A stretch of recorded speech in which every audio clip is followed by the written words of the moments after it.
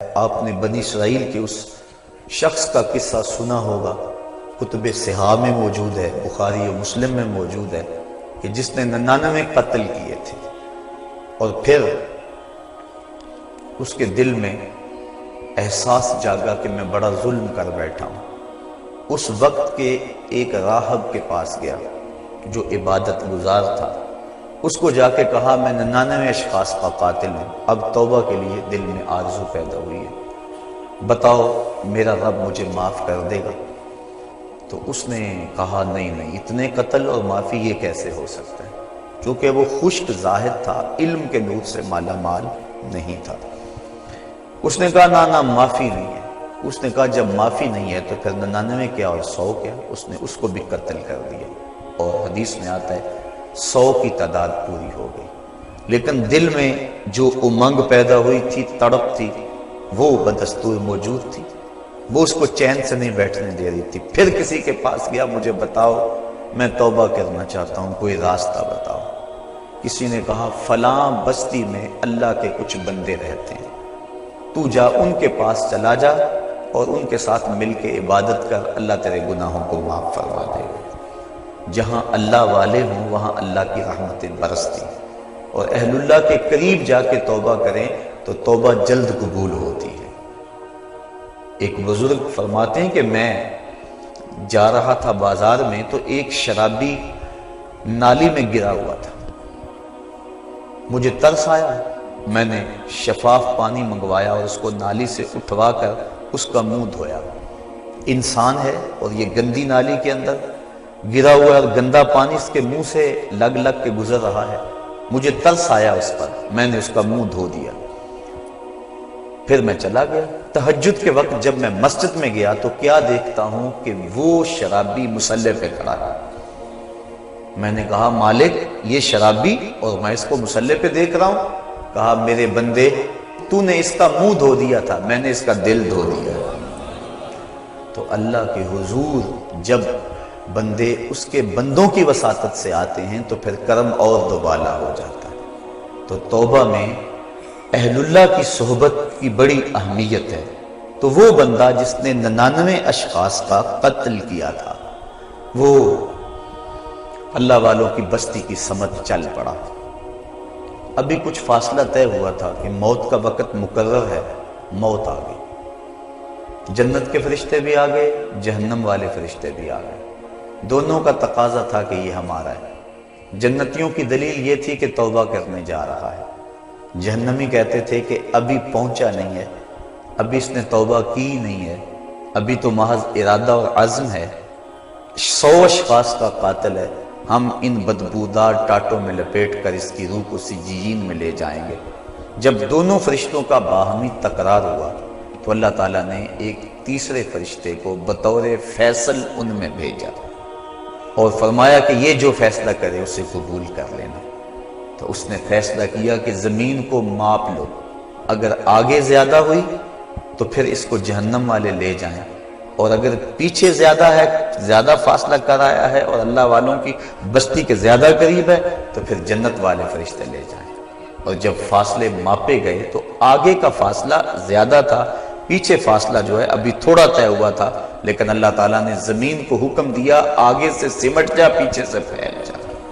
اس طرح زمین آگے سے سمٹ گئی اور پیچھے سے پھیل گئی، اس کو جنت کے فرشتوں کے سپرد کر دیا گیا۔ اور ایک روایت کے لفظ ہیں کہ جب وہ گرا، موت آئی، روح قبض ہونے لگی تو گرا، تو اس کو اتنا اشتیاق تھا اللہ والوں کی بستی کے قریب پہنچ کا، اللہ والوں کے پاس جا کر توبہ کرنے کا، کہ وہ مرتے مرتے بھی اپنے آپ کو گھسیٹ کے آگے کرتا رہا، اور وہ ایک بالشت اپنے سینے سے اپنے آپ کو گھسیٹ کے اس نے آگے کیا، اور جب اس کا فاصلہ ماپا گیا تو وہی ایک بالشت تھی جو اللہ والوں کی بستی کے زیادہ قریب تھا۔ تو اللہ تعالیٰ جل شانہ نے اس کی مغفرت فرما دی۔ تو اس کے حضور کتنا بڑا گناہ گار کیوں نہ ہو، وہ بخش دیتا ہے۔ کہتا ہے کون ہے جو میرے علاوہ گناہوں کو بخشے گا؟ وَمَن يَغْفِرُ الذُّنُوبَ إِلَّا اللَّهُ، کہا اللہ کے علاوہ کون ہے جو بخشے گا؟ کوئی ہے بھی تو نہیں نا جس کی چوکھٹ پہ جائیں۔ ایک بوڑھا حج کو جا رہا تھا، ایک نوجوان نے کہا مجھے بھی ساتھ لے چلو، اس نے کہا آ جاؤ، لیکن جب عرفات میں پہنچے بوڑھے نے آواز لگائی لبیک اللہم لبیک، آگے سے آواز آئی لا لبیک، تیری کوئی حاضری قبول نہیں۔ تو وہ پھر بھی آواز لگا رہا ہے لبیک اللہم لبیک۔ جوان نے کہا بابا جی سنا نہیں کیا جواب مل رہا ہے؟ کہا آج سے نہیں سن رہا، 70 سال سے سن رہا، 70 سال ہو گئے آتے، میں کہتا ہوں لبیک، جواب آتا ہے لا لبیک۔ تو کہا بابا 70 سال ہو گئے یہ آواز سنتے اور پھر بھی آتے ہو؟ کہا جوان اس در پہ نہ آؤں تو بتاؤ کس در پہ جاؤں؟ اگر نہ آؤں گا تو کہاں جاؤں گا؟ اور تو کوئی چوکھٹ ہے ہی نہیں، یہی تو در ہے۔ تو جب اس بوڑھے نے یہ بات کہی اللہ کی رحمت کو جوش آیا، کہا تیری پچھلی 70 حاضریاں بھی قبول اور آج کی حاضری بھی قبول۔ تو جو بندہ اس کے حضور حاضر ہوتا ہے اللہ رحمتوں سے اس کو ڈھانپ لیتا ہے۔ کہا کون ہے جو اس کے علاوہ گناہوں کو بخشے گا؟ جب بندہ اللہ کے حضور اپنی معذرت لے کر آتا ہے، حدیث شریف میں آتا ہے اللہ تعالیٰ ارشاد فرماتا ہے میرے بندے کو یقین ہے کہ میرے علاوہ اس کی کوئی اور مغفرت کرنے والا نہیں۔ اللہ اکبر، آؤ تو صحیح، ہم تو مائل بکرم ہیں کوئی سائل ہی نہیں، راہ دکھلائیں کسے کوئی راہ ربے منزل ہی نہیں۔ کوئی آئے تو صحیح، کوئی ہاتھ پھیلائے تو صحیح، اس کے حضور آواز لگائے تو صحیح، وہ تو چاہتا ہے۔ حدیث شریف میں آتا ہے فرمایا کہ بندہ سفر پہ جا رہا ہے اور بے آب و گیا صحرا میں، اس کے اونٹ پر ہی اس کا توشہ ہے اور اس کا پانی اونٹ پر ہی ہے۔ راستے میں ایک شجر سایہ دار ملا اور وہ بندہ اونٹ کو وہاں کھڑا کر کے باندھ کے خود سستانے کے لیے دوپہر کاٹنے کے لیے لیٹ گیا۔ اچانک اس کی آنکھ کھلی تو کیا دیکھتا ہے اونٹ موجود نہیں ہے۔ صحراؤں میں اگر اونٹ گم گیا اور تو کہیں پانی ملے گا نہیں تو سیدھی سادھی موت ہے۔ وہ دائیں بائیں ڈھونڈتا ہے، تلاش کرتا ہے، لیکن اونٹ نظر نہیں آتا۔ وہ دوبارہ اس کے تنے سے ٹیک لگا کے بیٹھ جاتا ہے موت کے انتظار میں کہ اسی اسنا میں اس کی آنکھ لگ جاتی ہے۔ پھر آنکھ کھلتی ہے تو کیا دیکھتا ہے کہ اونٹ ماں ساز و سامان کے سامنے کھڑا ہے۔ پھر بتائیے وہ بندہ کتنا خوش ہوتا ہے اور خوشی میں کہتا ہے اللہم انتا عبدی وانا ربک، اے اللہ میں تیرا رب اور تو میرا بندہ۔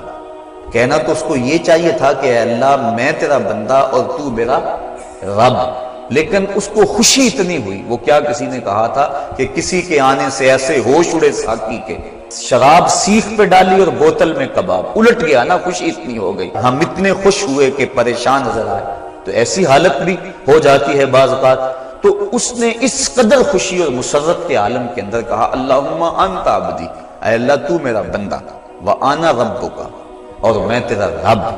یہ اس کی خوشی کا اندازہ شدت فرحت ہے جس کو حضور نے بیان فرمایا۔ فرمایا صحابہ بتاؤ اس کو کتنی خوشی ہوئی؟ عرض کی حضور بڑی خوشی ہوئی۔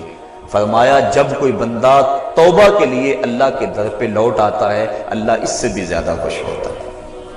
اور ایک حدیث میں فرمایا کہ کوئی بندہ پیاس میں مر رہا ہو، اچانک وہ پانی کے گھاٹ کو دیکھ لے تو پانی پر پہنچ کر گھاٹ کو دیکھ کر اسے کتنی خوشی ہوتی ہے۔ جب کوئی بندہ توبہ کے لیے اس کے در پہ آتا ہے اس سے بھی زیادہ خوش ہوتا ہے۔ تو وہ کہتا ہے آؤ میرے در پہ، میری رحمت کے دروازے کھلے ہوئے ہیں۔ بندہ دھکے سے جہنم میں چھلانگے لگاتا پھرتا ہے، لیکن وہ کہتا ہے نہیں نہیں، آؤ ایک مرتبہ تم